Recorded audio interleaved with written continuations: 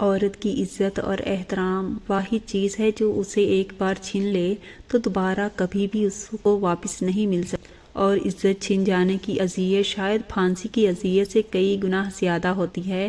کاش کہ میری پکار کوئی سن سکتا تو میں ان لڑکیوں کو چیخ چیخ کر کہتی کہ خدا را کبھی کسی سے محبت کی خاطر اپنے باپ کو تکلیف نہ دینا، ورنہ کبھی خوش نہیں رہ پاؤ گی۔ میرے سسر گاؤں کے چودھری تھے۔ گاؤں میں ان کا بہت رعب اور دبدبہ تھا۔ دن میں وہ 5 وقت کی نماز مسجد میں جا کر ادا کرتے تھے۔ گاؤں والے میرے سسر کی بہت عزت کرتے تھے۔ میرے شوہر شہر میں نوکری کرتے تھے، اس لیے جب میری شادی میں چند دن کے بعد ہی اپنے شوہر کے ساتھ شہر چلی گئی، واپس چلی گئی تھی۔ آفاق سے میری شادی پسند کی تھی، میں ان کے آفس میں ہی کام کرتی تھی، وہیں انہوں نے مجھے پسند کیا۔ آفاق کے گھر والوں کو ہمارے رشتے پر اعتراض نہ تھا، لیکن میرے گھر والے اس رشتے پر راضی نہ تھے۔ ابو کہنے لگے یہ زمیندار اپنی بہو بیٹیوں کو حویلی کی 4 دیواری میں قیدیوں کی طرح رکھتے ہیں، میں کبھی تمہاری شادی آفاق سے نہیں کراؤں گا۔ لیکن اس وقت تو میری آنکھوں پر محبت کی پٹی بندھی تھی۔ میں نے اپنے ماں باپ کی بہت مخالفت کی تھی کہ مجھے ہر حال میں آفاق سے ہی شادی کرنی، اگر انہوں نے میری شادی عزت سے آفاق سے نہیں کروائی تو میں بھاگ کر اس سے شادی کر لوں گی، لیکن میں شادی صرف اسی کے ساتھ کروں گی۔ میری والدہ میرے سامنے ہاتھ جوڑ کر روتی اور گڑ گڑاتی رہیں کہ یہ لوگ سخت مزاج کے لوگ رہتے ہیں اور ان کا رہن سہن ہم سے الگ ہوتا ہے، میں یہ بیوقوفی نہ کروں۔ لیکن مجھ پر تو کسی بات کا اثر نہ تھا۔ آفاق مجھ سے کہہ چکا تھا کہ وہ مجھے شہر میں ہی رکھے گا۔ میں نے جب اپنی ضد نہیں چھوڑی تو میرے والد نے میری شادی آفاق سے کر دی، لیکن مجھ سے یہ بھی کہہ دیا کہ اب انکار مجھ سے کوئی واسطہ نہیں ہے۔ مجھے اپنے ماں باپ سے بچھڑنے کا کوئی افسوس نہ تھا۔ میں تو آفاق کی سنگت کو خود کی دنیا کی سب سے خوش نصیب عورت سمجھ رہی تھی۔ میں بس شادی کے لیے ہی گاؤں گئی تھی، اس کے بعد واپس شہر آ گئی تھی۔ دن میں مجھے آفاق کے گھر والوں نے سر پر بٹھا کر رکھا تھا، خاص کر میرے سسر نے، وہ بہت اچھے اور نیک انسان تھے۔ میرے دل میں ان کی بہت قدر اور عزت تھی۔ جب میں گاؤں گئی میری ساس واقعی بہت اچھی تھی اور وہ بیمار بھی تھیں۔ میں نے بھی ان کی 4 دن خوب جی جان سے خدمت کی، لیکن میرے دل کو دھچکا تب لگا جب میرے سسر نے آفاق سے کہا کہ تم بہو کو یہیں اپنی ماں کے پاس چھوڑ جاؤ۔ سسر کی بات سن کر میں کچھ اداس سی ہو گئی تھی۔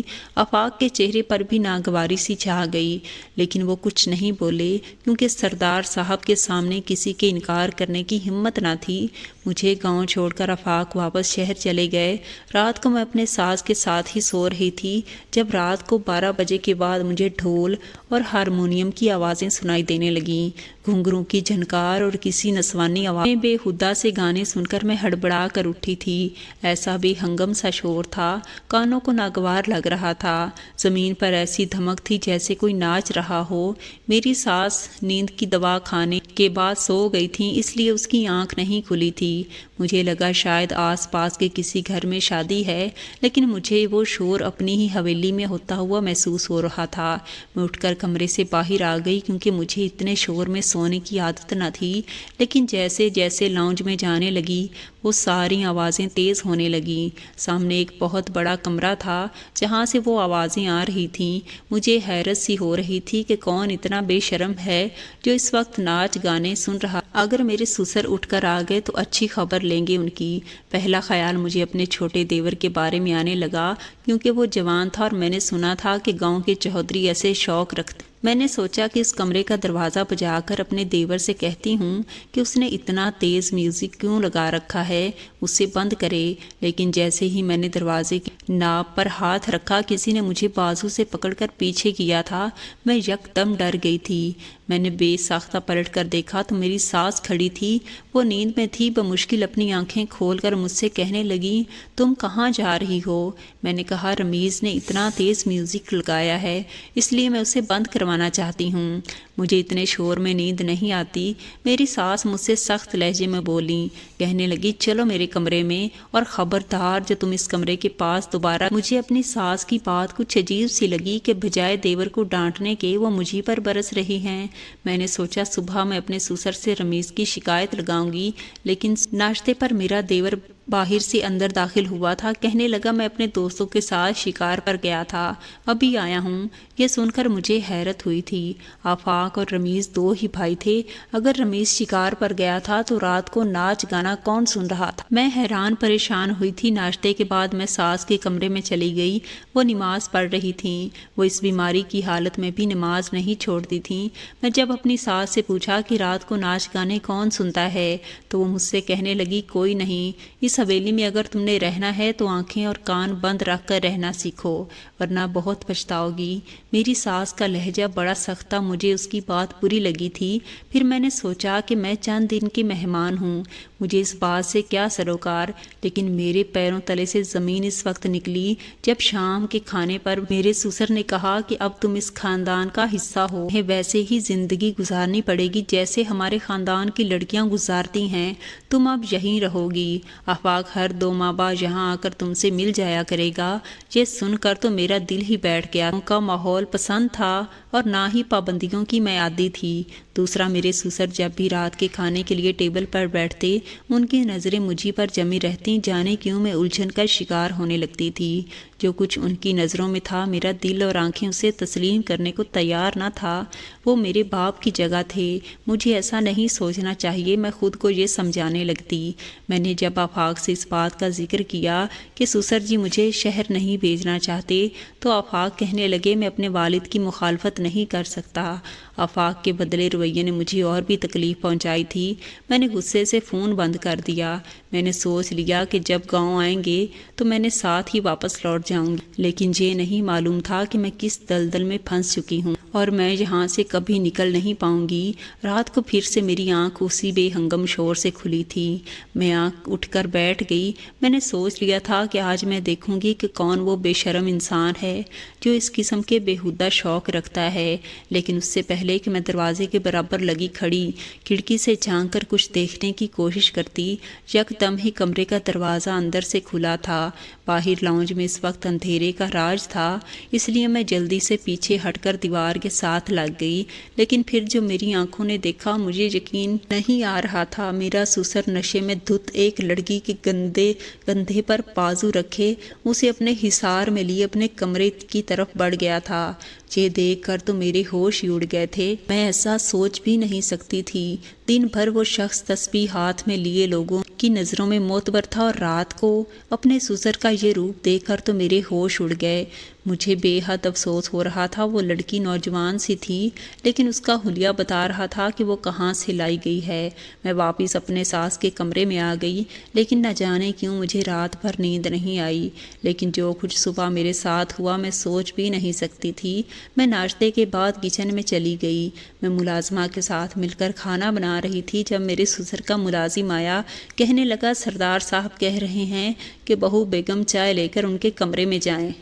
مجھے کچھ حیرت سی ہوئی کیونکہ آج سے پہلے میں کبھی بھی اپنے سسر کے کمرے میں نہیں گئی تھی، نہ ہی انہوں نے مجھے کبھی یوں چائے منگوائی تھی۔ میں بے دلی سے چائے بنا کر ان کے کمرے میں پہنچی تھی کیونکہ جو روپ میں ان کا دیکھ چکی تھی مجھے ان پر افسوس تھا، لیکن میں جیسے ہی دروازے پر دستک دے کر ان کے کمرے میں پہنچی تو وہ بیڈ پر دراز تھے۔ میں نے چائے کا کپ ان کی سائڈ ٹیبل پر رکھ دیا۔ انہوں نے اپنا ہاتھ آگے بڑھا دیا، مجبوراً وہ مجھے کپ ان کے ہاتھ میں پکڑانا پڑا، لیکن جو حرکت میرے سسر نے کی مجھے اس پر غصہ آنے لگا۔ انہوں نے چائے کے کپ کے ساتھ میرا ہاتھ بھی پکڑ لیا۔ میں تو بری طرح سے گھبرا گئی تھی۔ کہنے لگے تم رات کو میری جاسوسی کرتی ہو۔ یہ سن کر تو میں بدحواس ہوئی تھی۔ کیا وہ رات کو مجھے دیکھ چکے تھے؟ اگر دیکھ بھی لیا تھا تو مارے شرمندگی کے انہیں اس بات کا ذکر بھی نہیں کرنا چاہیے تھا، لیکن وہ تو میں نے ان کے ہاتھ سے اپنا ہاتھ کھینچ کر پیچھے کیا تو وہ کمینگی سی ہنسی ہنسنے لگے۔ میں کمرے سے باہر نکل آئی۔ مجھے اپنے سسر بہت زیادہ برے لگنے لگے تھے۔ اگر وہ عیاش مزاج انسان تھے تب بھی بہو بیٹی کا لحاظ تو ہونا چاہیے تھا۔ میں سوچ چکی تھی کہ دوبارہ اپنے سسر کے کمرے میں کبھی نہیں جاؤں گی اور آفاق سے کہوں گی جلدی گاؤں پہنچے اور مجھے یہاں سے واپس لے کر جائے، لیکن جو کچھ میرے ساتھ ہونے والا تھا اگر میں جان جاتی تو میری جان ہی لے لیتی تو اپنی جان ہی لے لیتی۔ رات کو لاؤنج میں ایک شور برپا تھا۔ میرے سسر ملازمین پر چلا رہے تھے۔ کہنے لگے میں کچھ نہیں جانتا، مجھے رقص دیکھنا ہے تو لازمی دیکھنا ہے،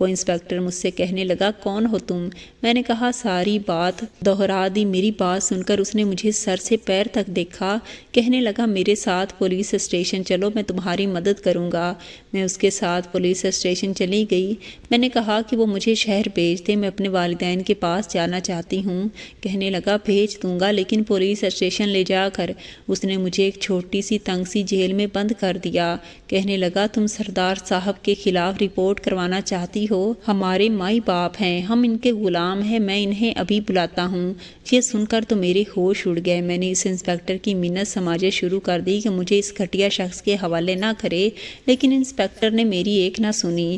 میں جس جیل میں تھی وہ چھوٹی سی جیل تھی، وہاں میرے علاوہ کوئی دوسری عورت نہ تھی۔ پورا دن میں جیل میں بند روتی رہی۔ کیسا اندھا قانون تھا، وہ محکمے بھی ظالموں کے ہاتھوں بک چکے تھے جو ہماری حفاظت پر مامور ہیں۔ میں کیسے اپنی فریاد کسے سناتی؟ مجھے لگا ابھی وہ سفاک شخص آئے گا اور مجھے بالوں سے پکڑ کر اپنی حویلی لے جائے گا۔ اس بار تو میرا کیا حشر کرے گا، کیونکہ میں نے اس کے سر پر وار کیا تھا۔ میرا دل خوف کے مارے کسی سوکھے پتے کی مانند لرز رہا تھا، لیکن رات تک کوئی بھی جیل میں نہیں آیا۔ رات کی تاریکی میں وہ انسپیکٹر میری اس جیل میں داخل ہوا تھا۔ میں اسے دیکھ کر پھر سے اس کی منت سماجت کرنے لگی، وہ مجھے جہاں سے جانے دے، لیکن اس شخص نے میری عزت کو پامال کر دیا۔ میری چیخیں اور سسکیاں وہاں گونجتی رہیں، لیکن اس بے حس شخص کے دل میں رحم نام کی کوئی چیز نہ تھی۔ میں نے اپنے بچاؤ کے لیے بہت کوشش کی، لیکن وہاں اس کاٹ کوٹری میں ایسا کچھ نہ تھا جس سے میں اپنا بچاؤ کر سکتی۔ اس درندے نما شخص نے میرے احتجاج پر مجھے بہت مارا تھا۔ صبح مجھے زنجیروں میں مقید کر دیا گیا۔ میرے چہرے اس کے تھپڑوں کی وجہ سے اس کی انگلیوں کے نشانات تھے۔ میرے ہونٹ کے قریب خون رس رہا تھا۔ میرے بال بری طرح سے بکھرے ہوئے تھے۔ میں کسی بے جان وجود کی مانند گھٹنوں میں منہ چھپائے رو رہی۔ کاش کہ میں نے اپنے ماں باپ کی بات مان لی ہوتی، کاش کہ یہ دن مجھے نہ دیکھنا پڑتا، کاش میں نے ان کی مخالفت کر کے آفاق سے شادی نہ کی ہوتی۔ گھر سے زیادہ محفوظ کوئی جگہ نہیں ہوتی، اور ماں باپ کے علاوہ کوئی ایسا نہیں ہوتا جو ہماری حفاظت کر سکے۔ وہ ہمارے لیے سوچ سمجھ کر ہی فیصلہ کرتے ہیں، کیونکہ انہوں نے اپنی زندگی جی ہوتی ہے، گزاری ہوتی ہے، اور تجربہ کار ہوتے ہیں۔ مجھ پر قتل کا کیس ڈال دیا گیا تھا۔ وہ سردار میرے وار کرنے سے مر چکا تھا۔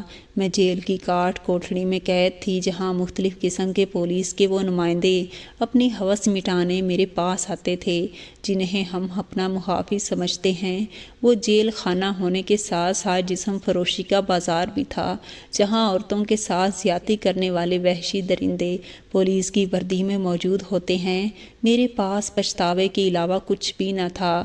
وہ آفاق جس کی خاطر میں نے اپنے ماں باپ کو 8 آنسو رلایا تھا، اس نے پلٹ کر بھی جانب میری نہیں دیکھا تھا۔ یہ میرے ماں باپ کے آنسوؤں اور لب سے نکلی آہ تھی جو مجھے لگ گئی تھی۔ کاش ہم لڑکیاں 4 دن کی محبت کے لیے اپنے ماں باپ کی برسوں کی محبت کو فراموش کرنے کی غلطی نہ کیاں۔ ہمارے ماں باپ سے زیادہ مخلص ہمارے لیے اور کوئی بھی نہیں ہوتا۔